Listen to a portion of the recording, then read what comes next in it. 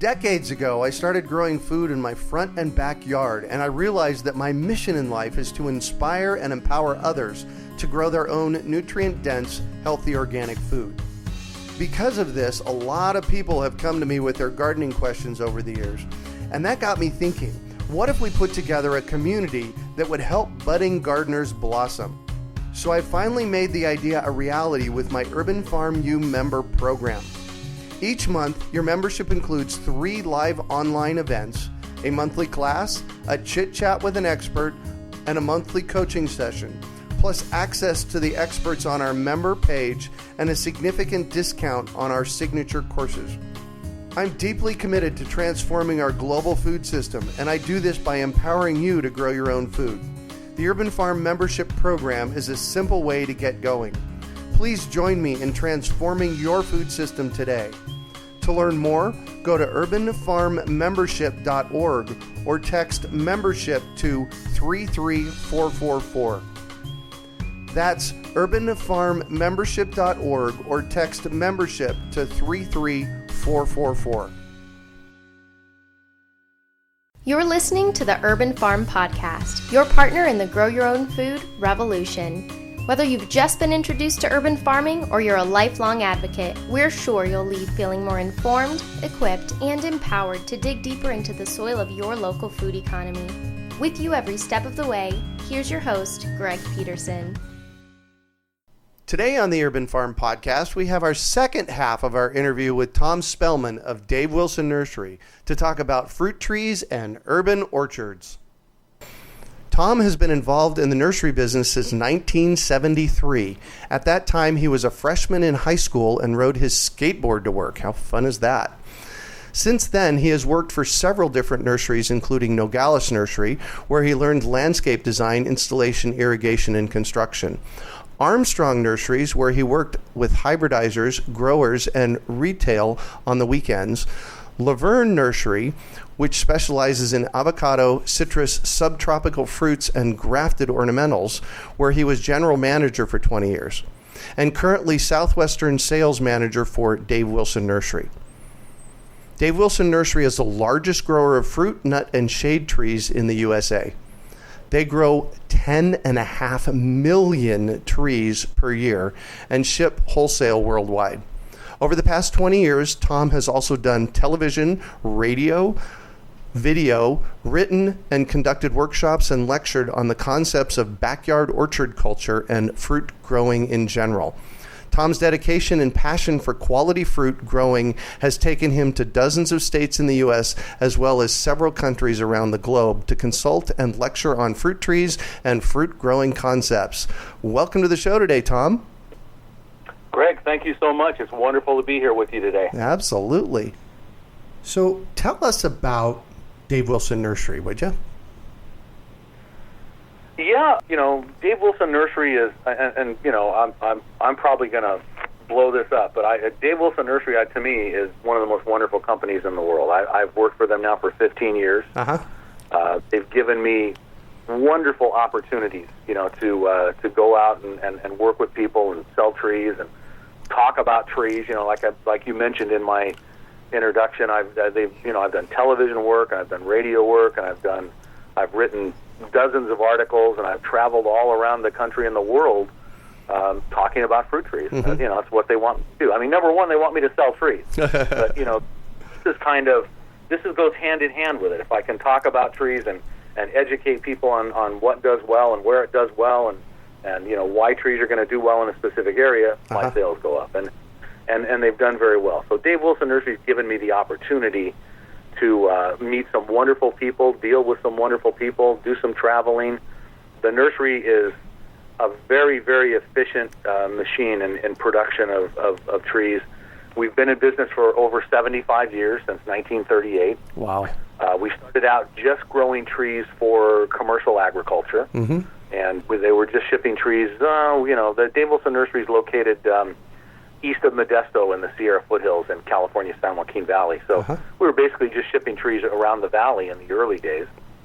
And we still do a lot of business in the San Joaquin Valley with, almond farmers, walnut farmers, fruit tree, commercial growers, and all kinds of business in that area. But we're now shipping trees to wholesale nurseries, retail nurseries, farmers market growers, and people all over the globe. I mean, most of our business is still in the western United States, but a lot of our business goes all around the country and to several foreign countries all the time. So 10.5 million trees in 2016. Amazing.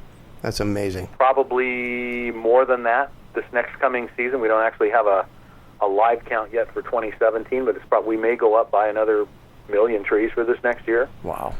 In general, we're very efficient at what we do. We do a fine job with it. We have many of our employees. I've been there 15 years, and I'm one of the young guys.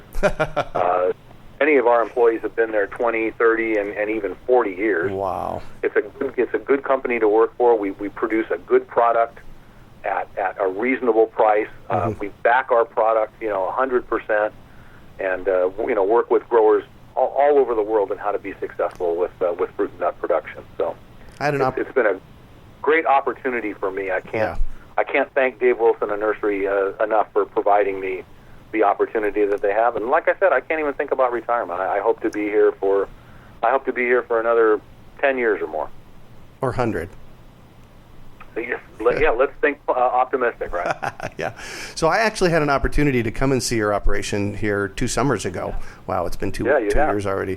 And it's an amazing space. Because there was, my sense of it, 20 million trees in the ground when I was there. Yeah, between rootstock and finished product, trees. It's a 2 to 3 year program. So at any given time, about 20 million trees in the ground. Wow. That is just, it just blew me away. It was so incredibly cool. Tell us, you've done something unique online called Fruit Tube, and I really want to point people in that direction. So if you just go to Google and type in Fruit Tube, you're going to come up all over the place, right? Yeah. Tell us about that program, because I love it. I absolutely love it. They can access it by going to the Dave Wilson website, davewilson.com, and go to the backyard grower section and go to videos. And we've done somewhere in the neighborhood of about 120 different videos, I think. Nice. On anything you can imagine that has to do with fruit. We've done planting videos and pruning videos, and we've done videos on visiting horticultural collections. I visited the persimmon collection at the South Coast Research and Extension Center, and then the avocado collection at the South Coast Research and Extension Center. I visited the citrus collection at UC Riverside, and we've done videos with other nursery professionals on different types of fruit tree growing and vegetable growing, and we've done videos on cooking with fruit. I visited with some top-notch chefs up in Las Vegas on different recipes for growing fruit. We've shown propagation. We've got grafting videos. We've got all kinds of different methodology up there on how to be successful. And some of the videos are dedicated more to commercial growers. Others are dedicated more to backyard growers. We've done now a series of about 4 years worth of videos on the development of a new backyard-style mini orchard that we put in at the nursery. So we started with the day we broke ground, leveling digging the holes and planting the first trees and pruning the first trees and whitewashing the first trees and putting the irrigation system in, and then we did our first summer pruning and then a winter pruning and then the next summer pruning and winter pruning and so on and so forth. We've done fruit thinning videos in that orchard and evaluation videos in that orchard. Wow. And it's a really nice orchard. It has all different styles of methodology for the backyard grower, from multiple planting, 2 trees in the space of 1, 3 trees in the space of 1, 4 trees in the space of 1, espaliered fruit trees, hedgerow fruit trees, grape arbor, all different types of backyard growing methodology is represented in that small mini orchard. Nice. And being able to do a whole series on it, I think, was really important, because it gives people the perspective of what can you expect in the first year? Right. What can I expect from a fruit tree that's 18 inches tall? Where do I go in the first season? And how do I treat it in that first season? So I'm really proud of that series of videos, and we're going to continue on with it. We're going to keep doing it, as long as we can. Nice. Was that your idea? I wouldn't say it was my idea. It was kind of a conglomeration of ideas, and we had a test orchard in before, but it wasn't really managed properly. It didn't get, I would say, a quarterly management, of maintenance, and that's what we've done with this one, is we tried to make sure that we get in there at least quarterly and do some work on it. And one of the things about this mini orchard, a lot of people say, oh, well, you've got all these people that work with you, and you can take really good care of it, and you can manage it meticulously, and you got people in there every week doing work on it. That's not true. That's absolutely not true. Mm-hmm. I get very little help from the nursery. It's basically me, yep, a couple of the other sales reps that are really enthused with it, and our videographer, Michael Tomlinson, who has been involved since day one. Uh-huh. So there are really only 4 of us that maintain this mini orchard, and we try and work one day every quarter to keep it in shape. Oh, nice. And it worked out well. And, cool. and there are successes and there are failures in uh-huh. it. We put in part of it. We put in a nice Belgian-style fence with figs, and I had issues from the first year where we had gopher problems, and we couldn't get that under control, and it just didn't work out. So we've had a couple failures in there. Mm-hmm. We recently put out a couple pomegranates where we planted them too close together. So I'm trying to show people both successes and failures. I'm not, I don't want to show the perfect orchard that looks like it's been manicured by some bonsai artist, every 2 weeks all mm-hmm. year long. I want it to be a project that represents what the average backyard grower is going to be able to accomplish with a minimal amount of the influence. Nice. So tell us about, you mentioned your website, davewilson.com. There's a lot of great information there for backyard growers, for growers in general. Tell us what we can find there. Well, we've had our website now for about 15 years, mm-hmm. and we have a full-time webmaster that works on it. We have a lot of people that add to it. Uh-huh. Like I mentioned, Michael Tomlinson, our videographer. He takes all of our still photos. He evaluates fruit and things for us. So he's always posting and blogging and doing all those things to keep people informed on what's going on. We're trying to add something to it all the time. We're trying to add something to it almost on a weekly basis. Uh-huh. So whether it's a video or an article or just a fruit evaluation or something, there's always new information being posted to the website. And it's not only for backyard growers.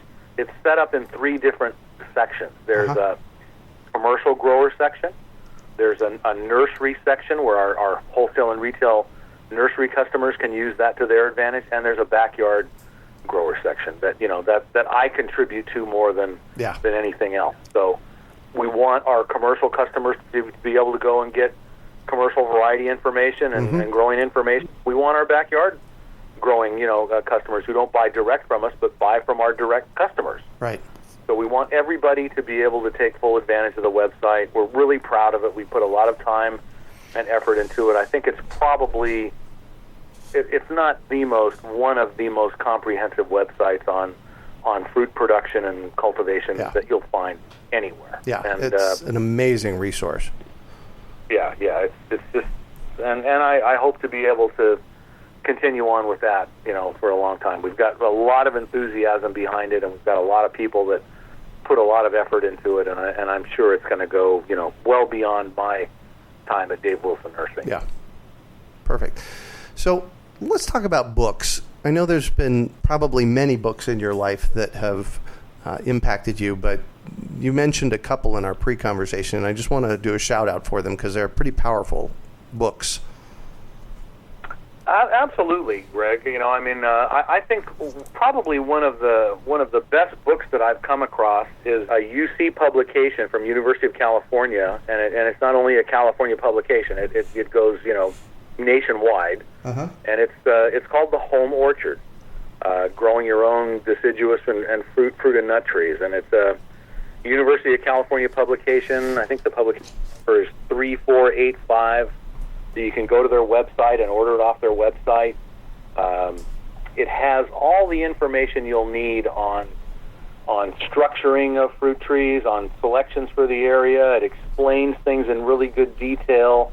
And that's something that when I do lectures and when I go out and work with people, sometimes I don't pay that much attention to detail. And it could be considered a fault, but it could be considered an attribute. And I think it's more of an attribute because I want people to not follow my instructions on how to prune a fruit tree. Uh-huh. I want them to prune a fruit tree by what works well for them. And this publication gives lots of different examples on initial structuring, on working from a young tree, on espalier work, on anything that has to do with fruit trees in general. So it's a really, really good publication. I'm referencing it all the time, and Dave Wilson Nursery was actually a partial contributor to some of the information that's there. So yeah, I'm kind of partial to the book, but you know what? It's all good, accurate information, and it's all easy reading. It's not it's not published like a lot of the UC publications. It's actually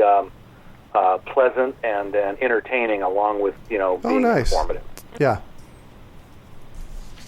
So that's probably my go-to book more than anything else. Mm-hmm. But I've over the years in working so much with hybridizers, and I work a lot with Zager hybrids out of Modesto, and I worked years ago with some of the rose and fruit tree hybridizers at Armstrong's, and I'm fascinated by hybridizing in general.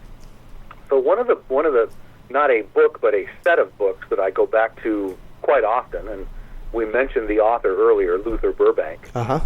I think it was about 1910 or 12 when he put this series of books together, and it's just called it's Luther Burbank, His Methods and Discoveries, and it's a 12-volume set, but it goes into what he did and how he hybridized the first varieties that he did. It talks about Santa Rosa plum, and it talks about russet potatoes, and mm-hmm. it talks about all those different things that he did over the decades, and how he got to where he got. And I think it's fascinating reading. It's written in a style that you won't find today. It's written in a style that's over 100 years old. So wow, yeah. It's a really, really good volume or 12 volume set. Yeah. And I find myself referencing that very, very often. There's always something good that I get out of there. And the information being over 100 years old, it still holds today. How cool is that? It still makes perfect sense today. Luther Burbank was way ahead of his time. Mm-hmm. Do you have a copy of that, like a printed copy of it? I actually have a signed original set. Wow. And, I'm real fortunate, I think, to get that one. Yeah, no kidding. Cool. You can probably go on the internet, and it's probably digitized where you could go to the internet and read it page by page if you wanted to. Yeah. I'll definitely look into that. Yeah. So what one final piece of advice do you have for our listeners? Well, I could go on for hours on that. I think there are a couple of things that are important. Number one, we talked about growing varieties that you like and you'll use being one of the concepts of backyard orchard culture. And also, with that concept, we talked about growing varieties that are tried and true and adapted to your area. Uh-huh. So that's you're going to be successful with that. But what I don't want people to overlook is experimentation. So I kind of have an 80-20 theory on that. I want 80% of the varieties that I planted to be varieties that I know are adaptable to my area, varieties that are on a rootstock that's going to do well in my area, varieties that I know are going to give me a good quality fruit crop, year after year after year. So that's my commodity. I want commodity peaches and commodity plums and commodity citrus and things like that, so that I get a good fruit crop all the time. Yeah. But I'm an experimenter. I always have been. And I don't want to devote all of my space to experimentation, but I want to devote 20% of it to that. Mm-hmm. So on that 20%, I'm always trying new varieties. I'm always putting in whatever is new and cutting edge. And if it works, it becomes a commodity. If it doesn't, it gets taken out and becomes something else the next year. So you've got to shake it up a little bit. You don't want to grow Eva's Pride Peach and Santa Rosa Plum and Anna Apple. You want to try some different things. You want to try some things that are going to give you fruit at different times, and some things that are new and intriguing. And that's what really kind of brings the fun and excitement back to backyard orchard culture. So, working with those new things all the time and allowing and having space available for those things all the time, I think is important. Beautiful. That being said, I got pluaries in my yard this year. I actually harvested about a half a dozen. An example of a really exciting, new series of introductions are those pluaries, true cherry plum hybrid. Yeah. And they were delicious. I have several in my yard right now, and they're the variety Sweet Treat. The variety that we just finished up here a couple weeks ago. That is just a spectacular piece of fruit, and I really, really like those. And the nice thing is we've introduced 3 varieties so far. Actually, 2 are already on the market, 1 new one coming on this next season.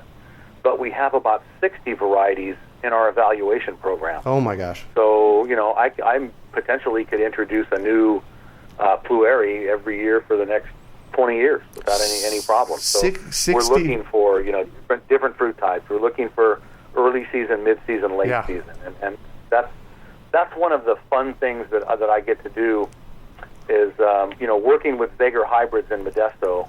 Floyd Zager is an absolute genius when it comes to fruit hybridization. And interestingly enough, Floyd Zager is only 2 steps away from Luther Burbank.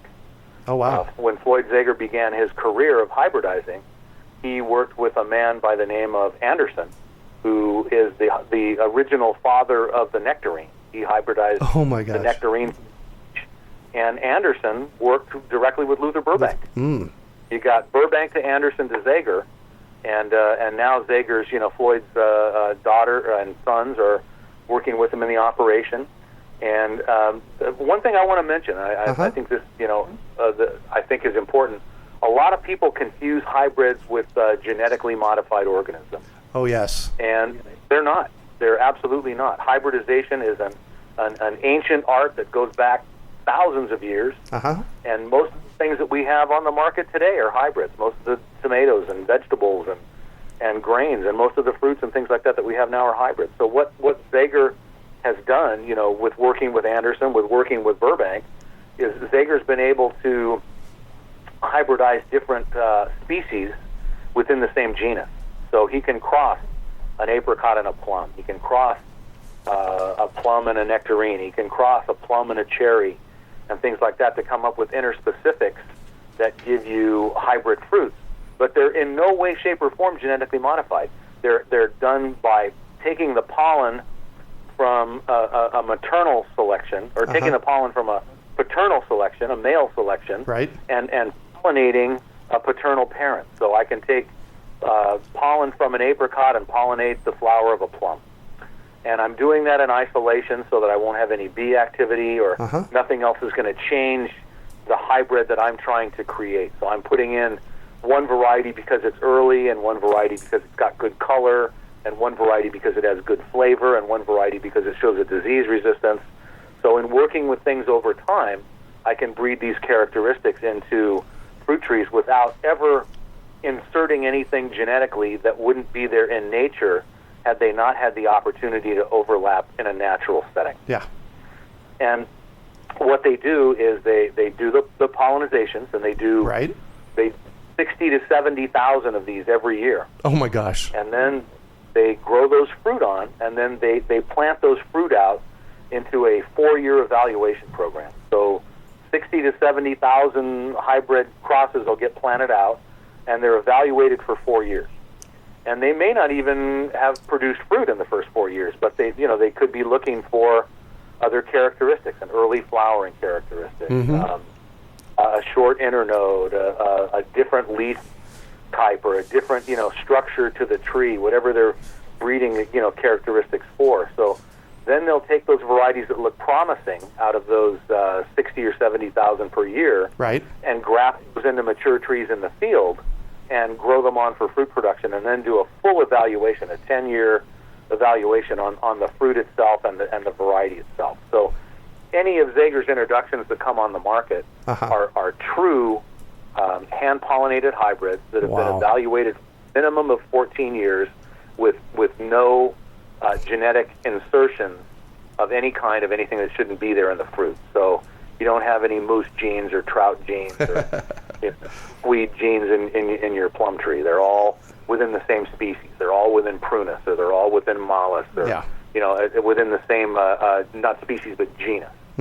So within the same family.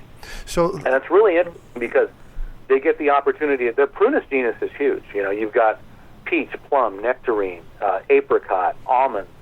You've got cherries, the interspecific hybrids, pluaries and pluots and apriums and cherums and peach plums and all these different things that have come out of that program. So the genus Prunus is gigantic at the time, and lends all kinds of different characteristics for breeding. So they're having a field day working with Prunus in general right now. So you've got 60 to 70,000 seedlings per year and a 4-year evaluation. So that gives you, at any given time, 250,000 plants under evaluation. Oh my gosh! Now you've got about 100 acres of the second generation of varieties that have been budded out into mature trees in the field for that full 10-year evaluation. So we're talking thousands and thousands of trees with dozens of new hybrid varieties that come out of that program every year. And they've been at it for over 60 years now, and some of the new varieties that they're coming up with, that Sweet Treat Pluary in particular, they're phenomenal. It's a stunning fruit. Absolutely spectacular. This is a fruit. Oh yeah. So I really feel honored to be able to work with Dave Wilson, who has a first right of refusal to Zager patented varieties. So we can introduce thing that we want out of the collection, and we're basically the commercial grower for Zagers. A lot of the varieties that we're producing, one of the almond varieties right now is more than 50% of our total production. Oh my gosh. Yeah. So I want to review this real quickly. So because I was going to ask you, interestingly, you read my mind. I was going to ask you how they hybridize something like a pluary. So what I heard you just say is they take one stone fruit and cross it with another one in a sheltered area, so there's no other pollen involved.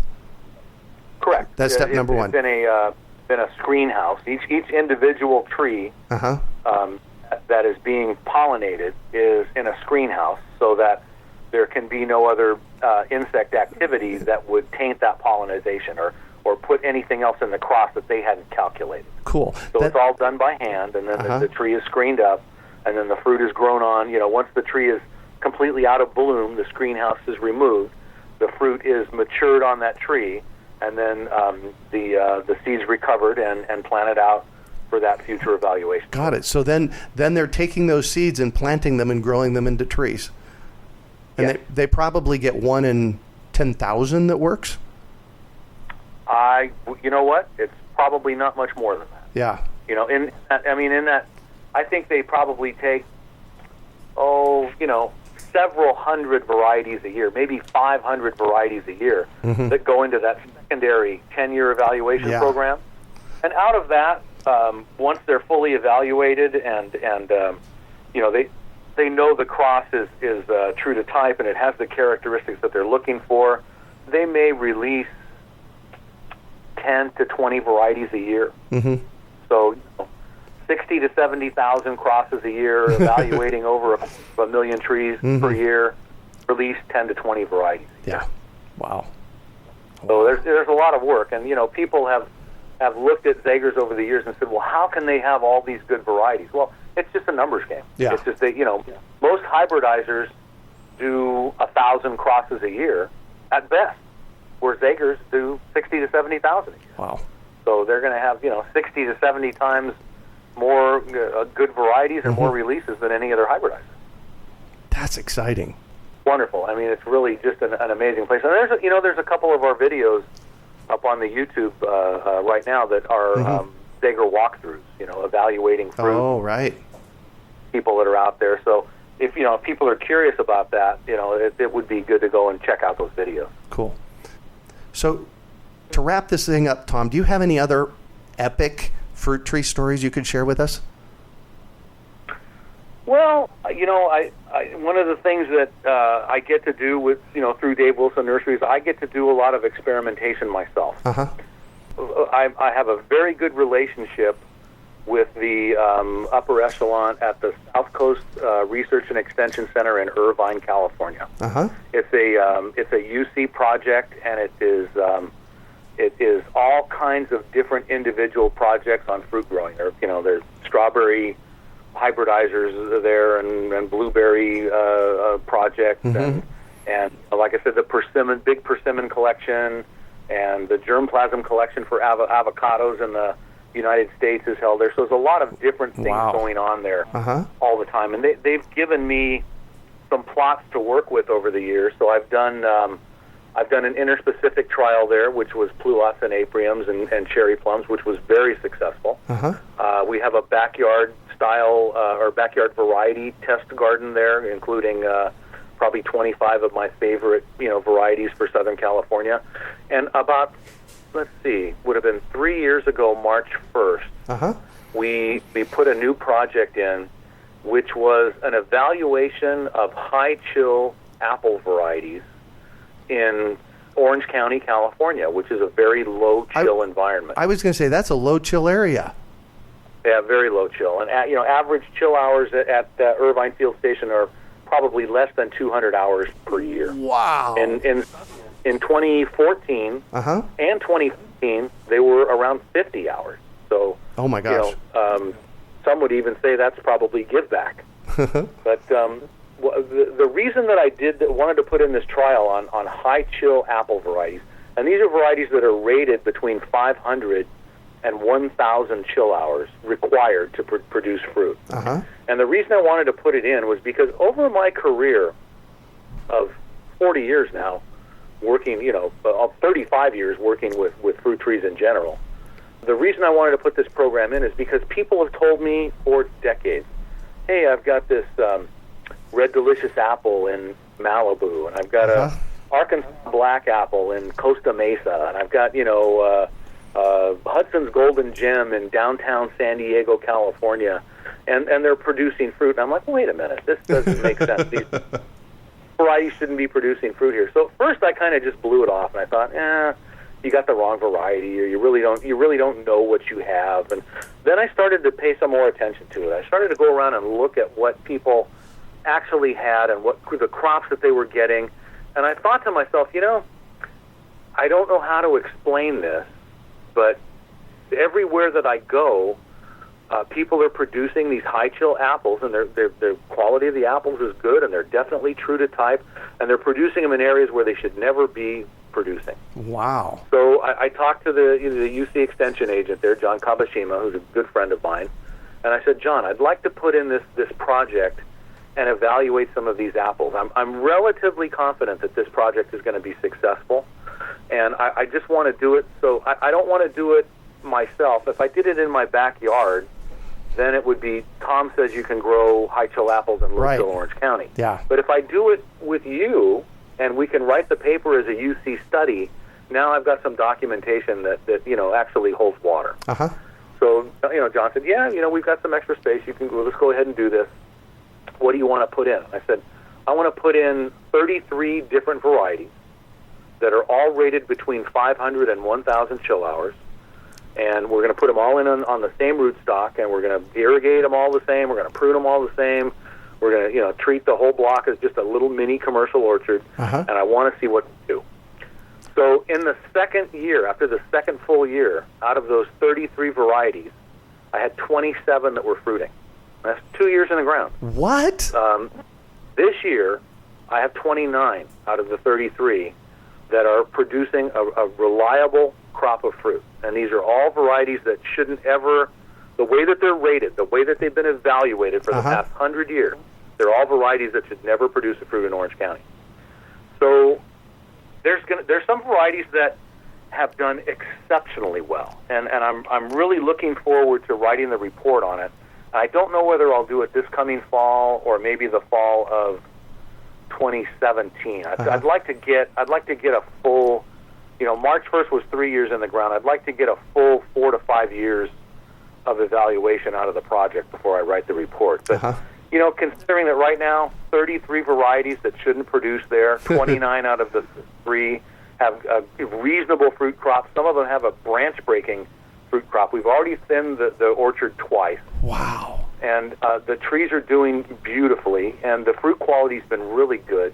And there's going to be about 8 or 10 varieties that come out of this project that I'm going to start to evaluate under low chill conditions. And I'm going to say, I'm going to completely, rewrite the book on how and where and when you can keep. So I'm really enthused about this project. I never dreamed that it this fruitful this early and be this successful. Yeah, so, no kidding. And there's actually a video, I believe it was last fall, when Phil Purcell and I walked the orchard, and we did a video on that project. So there's a video up after 2.5 years in the ground. So wow.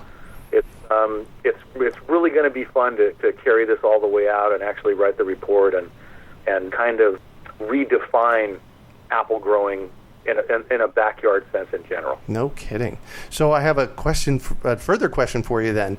Are there any early season apples in those 29 that would ripen before July 1st? Well, unfortunately, most of the high chill varieties, they're high chill because they're late bloomers, and they don't really ripen early. So I get most of my fruit out of that project. I don't think I have any fruit in July. I think the first varieties come in about mid-August, and then I have fruit all the way into winter. Got it. The reason I asked that is because I've found here in the low desert in Phoenix that any fruit that stays on the tree after about July 10th is just cooked. Well, apples are kind of an anomaly, and they're interesting in that, I've got some projects out there, one up in North Las Vegas for sure that I've been working on up there. It's not actually my project. It's a UNR orchard up there in North Las Vegas. Mm-hmm. But they have quite a few apple varieties in there, and they go through a pretty harsh summer, just like you guys in Phoenix. And they're getting some pretty good apples out of there. Apples, in general, seem to be pretty heat tolerant. Wow, so cool. I'm not so sure that some of these later season varieties might not be worth a try in Phoenix. And I think that would be a great fruit extender for you. As far as adding a few selections that you can get into the fall through late summer. Yeah, fantastic. So, I'm totally enthused with this project, and so far everything has gone my way. Everything's done what I hoped it would do, and what I told the UC people that my estimate is it's going to do this, and so far it's doing better. Strangely enough, I've been right. Yeah. Wow. Well, that is definitely an epic one. Thank you so much for sharing it. And thank you so much for being on the show and sharing your experience with us today, Tom. It's been a treat getting to chat with you. Greg, it's indeed my pleasure. It's always good working with you, and look forward to many years of good fruit in the future. Yay. So how can our listeners find you, get a hold of you, find the website? Well, the website is davewilson.com, and go to the backyard grower section. You don't want to waste your time in the commercial section or the nursery section. So all the good information and all the videos and all the articles on backyard growing are all in that backyard grower section. Yeah, we're all accessible from the website. From the website, along with descriptions of all the trees, right? Variety descriptions, rootstock descriptions, chill hours. That's all. Yeah, chill hours, explanations of all of that are all posted there, and there's some really really good information. And again, I'm really enthused about the website. I think we've got a lot of really good quality people inputting information, and great videographer and photographer working on images. Perfect. We're trying to do something different to it and add to it all the time. Excellent. That's davewilson.com. Well, that's it for today. Thanks for joining us on the Urban Farm Podcast. Decades ago, I started growing food in my front and backyard, and I realized that my mission in life is to inspire and empower others to grow their own nutrient-dense, healthy organic food. Because of this, a lot of people have come to me with their gardening questions over the years, and that got me thinking, what if we put together a community that would help budding gardeners blossom? So I finally made the idea a reality with my Urban Farm U member program.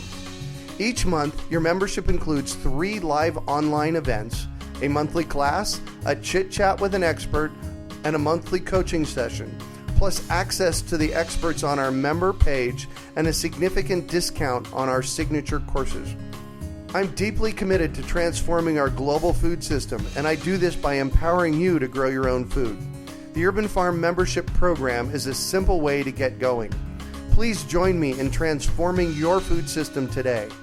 To learn more, go to urbanfarmmembership.org or text membership to 33444. That's urbanfarmmembership.org or text membership to 33444. We hope you enjoyed today's episode of the Urban Farm Podcast. Remember to listen 3 days a week for tips, advice, and resources to help you on your journey with urban farming.